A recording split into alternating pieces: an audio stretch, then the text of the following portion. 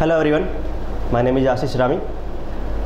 In the earlier sessions we have discussed about concept of management and planning.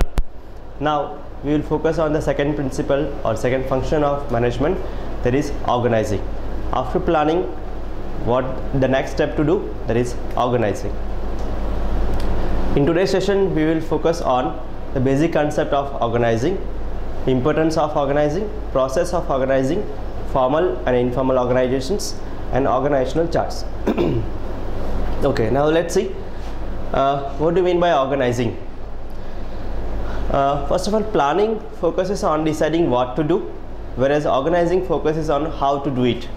Planning में क्या करना है वो हमको समझाया जाता है, जबकि ऑर्गेनाइजिंग में हम क्या करना चाहते हैं और हम कैसे करेंगे, how to do it.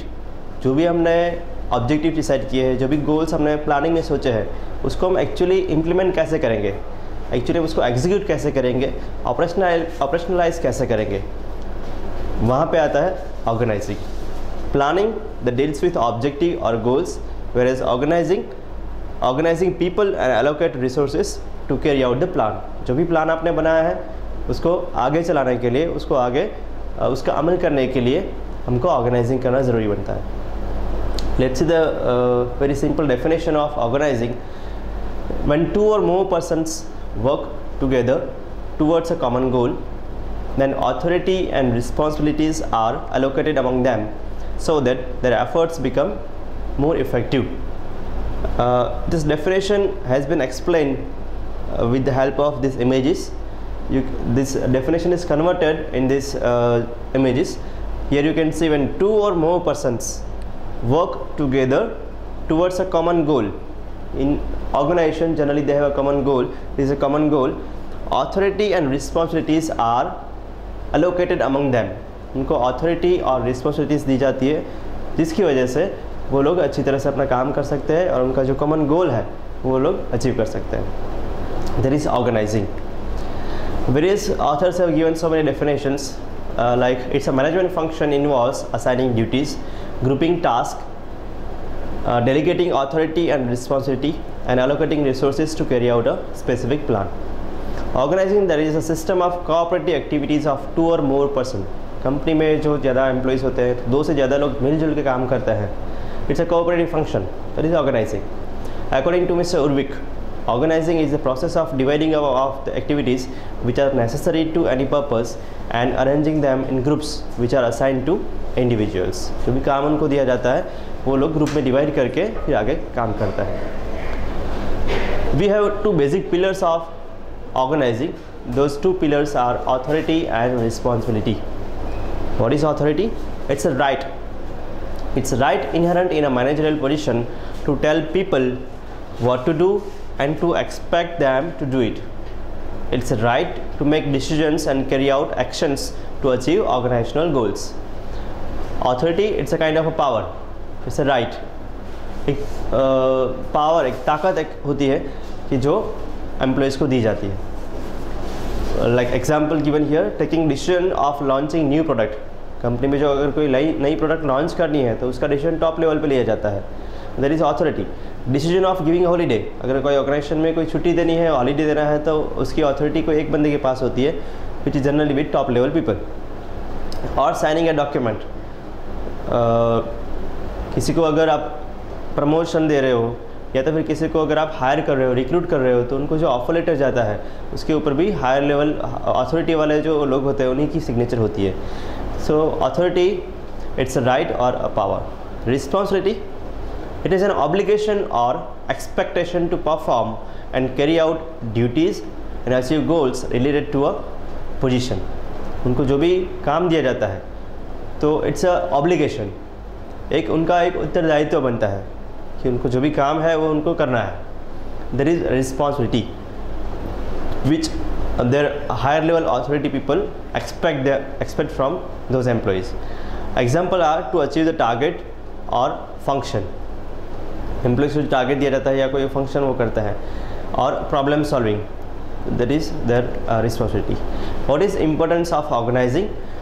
First, it helps individuals about the task he और she is expected to accomplish.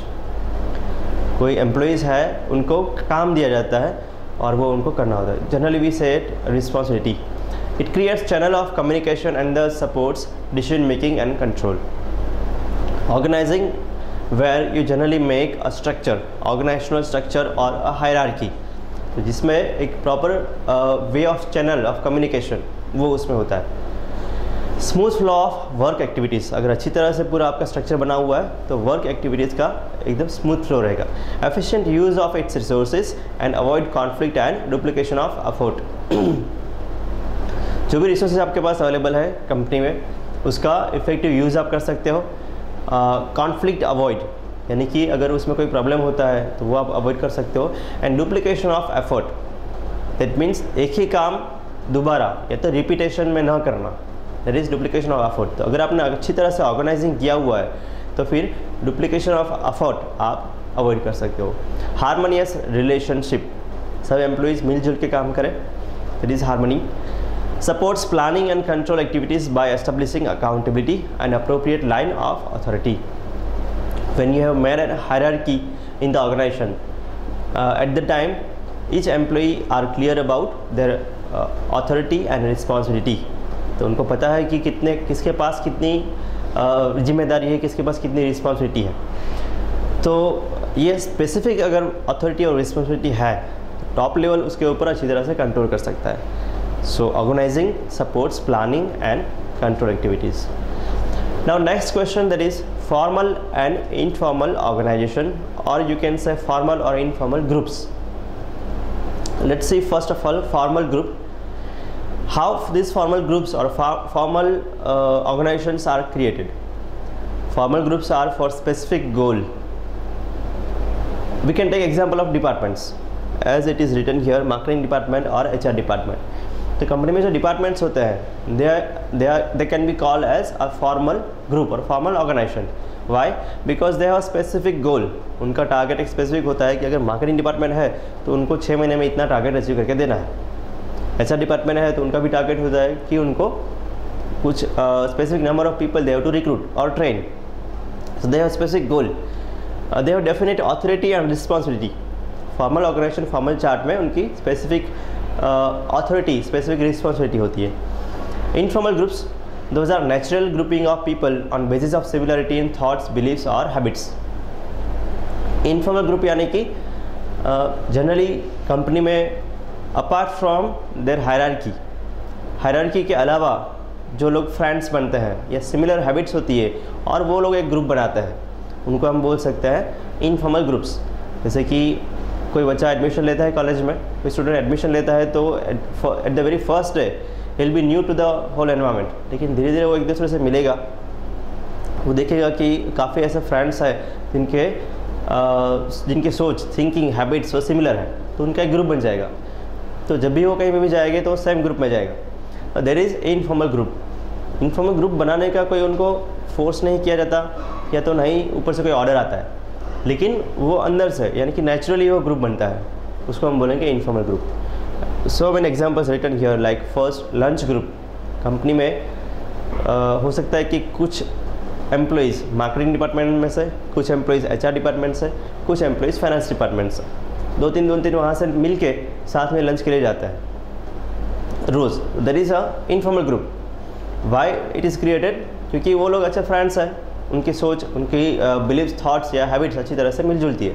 It is informal. Sports group, कुछ एम्प्लॉइज़ को चेस खेलना अच्छा लगता है तो chess playing group, that is informal group. Festival और events के टाइम पे कुछ ग्रुप बनता है.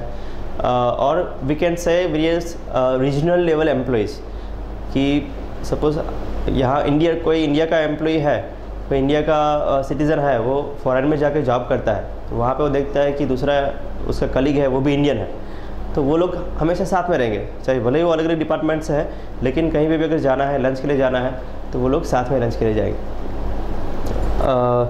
सिमिलर हैबिट्स लाइक स्मोकिंग और म्यूज़िक. अगर कोई दो एम्प्लॉयज़ को अच्छी तरह से उनकी म्यूज़िक की उनकी हैबिट है या तो फिर म्यूज़िक का हॉबी है, तो उनका भी एक ग्रुप बनता है. क्रिकेट किसी को खेलना अच्छा लगता है, किसी का मूवी देखना अच्छा लगता है, तो स्पेसिफिक इवेंट पे या स्पेसिफिक हैबिट की वजह से वो लोग ग्रुप बनाता है. That is informal group. उनका कोई स्पेसिफिक गोल, अथॉरिटी, रिसोर्सेज ऐसे कुछ नहीं होता है, ना ही ऑर्गेनाइजेशन बोलती है कि आप ऐसा ग्रुप बनाओ, लेकिन फिर भी वो नेचुरली ग्रुप बनता है, that is called informal group. You can see the differentiation between formal and informal organization. There are various points on the basis of which these two groups are divided. First, formation. Formal organization, उनका formation कैसा होता है? That is planned and deliberate. उनकी specific hierarchy wise उनका group बनता है. Informal organization, that is spontaneous और unknowingly. वो group spontaneous बन जाता है. कुछ friends को लगता है कि हाँ ये हमारे ख्याल से मिलजुलता है, तो उनका ग्रुप वहाँ पे बन जाता है.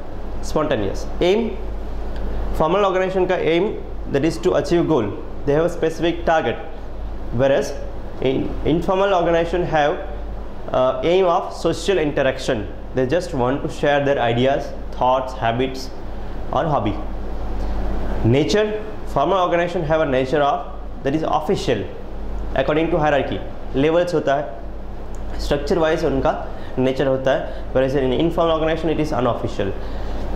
Focus of formal organization that is on position.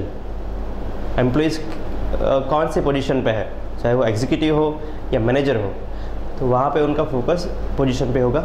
जबकि informal organisation focus is on person, कैसा उसका फ्रेंड कैसा है या तो फिर वो ग्रुप मेंबर कैसा है. Leadership, formal organisation have leadership of superior, जो सुपीरियर है, जो उनके बॉस है हायरार्की वाइज, वो लीडर रहेगा. जबकि इनफॉर्मल ऑर्गेनाइजेशन में जिसके पास अच्छी लीडरशिप क्वालिटी होगी वो खुद ब खुद लीडर बन के बाहर आएगा. So anyone can be leader in informal group. Source of power in formal organisation that is delegated. If you see the hierarchy, if you see the structure, authority is delegated. कि अगर marketing manager के पास कुछ authority है तो अपने executive में वो delegate करेगा, डिस्ट्रीब्यूट करेगा, तो उस तरह से वो सोर्स ऑफ पावर आएगा. जबकि इनफॉर्मल ऑर्गेनाइजेशन में source of power it is given by a group. सब लोग मिलजुल के डिसाइड करते हैं कि उनका लीडर कौन बनेगा, तो वो जो पावर देने वाले हैं those are group members only. Okay, fine. Now the next topic that is process of organising. How you can create organisational structure. We have 6 steps of process of organising. First that is determining the objective. First of all आप कैसा environment बनाना चाहते हो, कैसा group या कैसा organisation बनाना चाहते हो. So you have to decide your objective. System और स्ट्रक्चर शुड बी डिज़ाइन. कैसा सिस्टम चाहते हो, कैसा स्ट्रक्चर होना चाहिए. So first of all your goal, your objective should be clear. Example, structure of cement industry is different from banking, but obvious. Cement industry that is manufacturing industry, they have totally a different organisational structure. क्योंकि manufacturing होता है तो वहाँ पे raw material का procurement से लेकर उसका प्रोसेसिंग, डिस्पैच, वो सब कुछ रहता है. जबकि banking that is service industry, तो उनका ऑर्गेनाइजेशन स्ट्रक्चर टोटली डिफरेंट होगा. They have customer care executive, cheque clearance etcetera. So you have to decide that what is your structure, what should be your form of organisation. Second, preparing list of applications. आप आगे क्या क्या करने वाले हो. Applications यानी कि activities, कौन कौन से एक्टिविटीज़ है आपके प्लानिंग में, उसका आप एक लिस्ट बनाओगे. Activities must be decided. Example, functions and sub functions. कौन कौन से फंक्शंस होंगे वो आप देखेंगे. To know if any function is left और डुप्लीकेटेड. अगर आपने कोई अच्छा एक लिस्ट बनाया है, लिस्ट ऑफ एप्लीकेशंस, तो आपको पता चलेगा कि हाँ ये काम बाकी है या तो फिर ये हमको करना है. Example, in manufacturing units, activities may be purchase of raw material, production, marketing, advertisements, marketing research, accounting, etc. अगर कोई मैन्युफैक्चरिंग यूनिट है, जैसे हमने प्रीवियसली बात की थी सीमेंट इंडस्ट्री, तो उसके लिए ये सब अलग अलग एक्टिविटीज़ हो सकती है. So those are list of applications. Third, grouping of activities. After preparing list of activities, now you will make a group of similar activities. जो सिमिलर एक्टिविटीज़ है उसका आप एक ग्रुप बना दोगे. Similar activities should be in a same group. For example, selling, advertising, distribution, marketing, research, etc. ये सब activities similar kind of है, तो वो सब एक्टिविटीज़ को आप एक ग्रुप में क्लब कर सकते हो और उसको एक नाम दे सकते हो, department. Can be a marketing department. Departmentation यहाँ पे आप दे सकते हो. Various activities are classified in various groups to form departments. Departments इसी तरह से बनते हैं. Departmentation can be based on function, that is production, marketing, finance, accounting. Department can be based on geographical areas like government organization, that is post, railway, telephone, जहाँ पे आप geographical area wise departmentation देख सकते हो, division देख सकते हो. Based on products or based on customers. तो ये अलग अलग बेसिस है जिसके ऊपर आप डिपार्टमेंट्स बना सकते हो. Then determining the positions. After creating department, to handle those departments you require one accountable person. तो वो डिपार्टमेंट वो अकाउंटेबल पर्सन संभालेगा जिसको आप बोलोगे HOD और head of the department. One official as incharge of each department. Example purchase officer for purchase section. तो purchase department संभालने के लिए आप एक परचेज ऑफिसर या परचेज मैनेजर आप अपॉइंट करते हो. Fifth step, there is delegation of authority and responsibility. One person can not perform all function, so it is divided to other persons, यानी कि subordinates. In the previous step we have appointed one accountable person, HOD जो हमने बात की, लेकिन वो अकेला सब टारगेट अचीव नहीं कर सकता है, वो अकेला सब काम नहीं कर सकता है. So what he will do, he will delegate, he will distribute his authority and responsibility to his down the lines. उसके नीचे जितने भी एम्प्लॉयज़ हैं उसमें वो अपनी रिस्पॉन्सिबिलिटी या अथॉरिटी डिस्ट्रीब्यूट कर देगा. To perform the task, certain authority and responsibility must be given. कोई एक काम करना है तो आपको उनको कुछ ना कुछ अथॉरिटी या रिस्पॉन्सिबिलिटी तो देनी पड़ेगी. Officer must be responsible for the performance of his subordinates. Manager अपनी अथॉरिटी या रिस्पॉन्सिबिलिटी किसी को दे सकता है, डाउन द लाइन्स को दे सकता है, लेकिन फाइनल अकाउंटेबिलिटी उसकी खुद की बनती है. अगर उसके नीचे का एम्प्लॉइज़ वो काम नहीं कर सकता है तो वो अपने बॉस को ऐसा नहीं बोल सकता है कि मेरा एम्प्लॉइज़ ने काम नहीं किया है इसलिए मैं ये काम नहीं कर सकता हूँ. He cannot escape from his main accountability. Officer must be responsible for the performance of his subordinates. There is decentralization. Delegation of authority को आप decentralization भी बोल सकते हो. Decentralization यानी कि जब आप authority को अपने नीचे के employees में distribute कर देते हो. Authority when it is delegated to so many people, when it is not in only one hand, it is called decentralization. It is required if the size of the business is larger. अगर आपका organisation बहुत बड़ा है, आपका unit बहुत large size में है, तो उस टाइम पे कोई एक अकेला आदमी या अकेला ऑफिसर वो हैंडल नहीं कर सकता है. तो इसके लिए डिसेंट्रलाइजेशन यानी कि अथॉरिटी को डिस्ट्रीब्यूट करने की ज़रूरत पड़ती है. Now the last type of organising process, that is establishing inter relationship. आपने जो अलग अलग डिपार्टमेंट्स बनाए हैं, तो डिपार्टमेंट्स इंडिविजुअली काम कर रहे हैं, लेकिन वो जब तक एक दूसरे के साथ मिलेंगे नहीं, जब तक वो एक दूसरे पे के सिंक में नहीं होंगे, सिंक्रोनाइजेशन के साथ काम नहीं करेंगे, तब तक ऑर्गेनाइजेशन का अल्टीमेट गोल, जो मेन गोल होगा, वो अचीव नहीं हो पाएगा. तो इसके लिए क्या ज़रूरी है? Inter relationship between those departments. Inter relationship between various departments for perfect coordination. Perfect coordination होना उसमें ज़रूरी है. Manager must be informed about duties, authority and inter relationship with other departments. Marketing department का HR डिपार्टमेंट के साथ क्या relation होता है, या तो HR डिपार्टमेंट का फाइनेंस डिपार्टमेंट के साथ क्या रिलेशन होता है, वो यहाँ पे इंटर रिलेशनशिप होना चाहिए. अगर मार्केटिंग में कोई एम्प्लॉयज़ की ज़रूरत है, then they will call to HR people. अगर HR पीपल को कुछ फाइनेंस की ज़रूरत है, कुछ फ़ंड की ज़रूरत है, then they will go to finance department. तो इस तरह से अलग अलग डिपार्टमेंट में एक सिंक्रोनाइजेशन या कोरिलेशन होना चाहिए. वो आप कोरिलेशन सबको कैसे इन्फॉर्म करोगे, सबको कैसे बताओगे? Organisational chart. ऑर्गेनाइजेशन के चार्ट के थ्रू आप ये सब जितनी भी हायरार्की है या स्ट्रक्चर है, अथॉरिटी, रिस्पॉन्सिबिलिटी है, वो आप बता सकते हो. Organisational charts, that is providing information about organisational relationship. किसकी रिपोर्टिंग किससे है या किसके अंडर में कितने एम्प्लॉयज़ काम करते हैं, वो आप easily in a graphical way you can present. It is a diagrammatic representation of the major functions and their relationship channel of authority. You can see various sample here of organizational chart. This is a sample organizational chart of some organization where you can see CEO, उसके अंदर में आता है Vice President of Marketing, then Vice President of Sales, Vice President of Production, और हर एक department के अंदर में मैनेजर्स हैं, मैनेजर के अंदर में एम्प्लॉइज हैं. You can see one more example here. It is also taken from this company where various functional heads are there under whom so many employees are working. So that's all for the day. Thank you very much.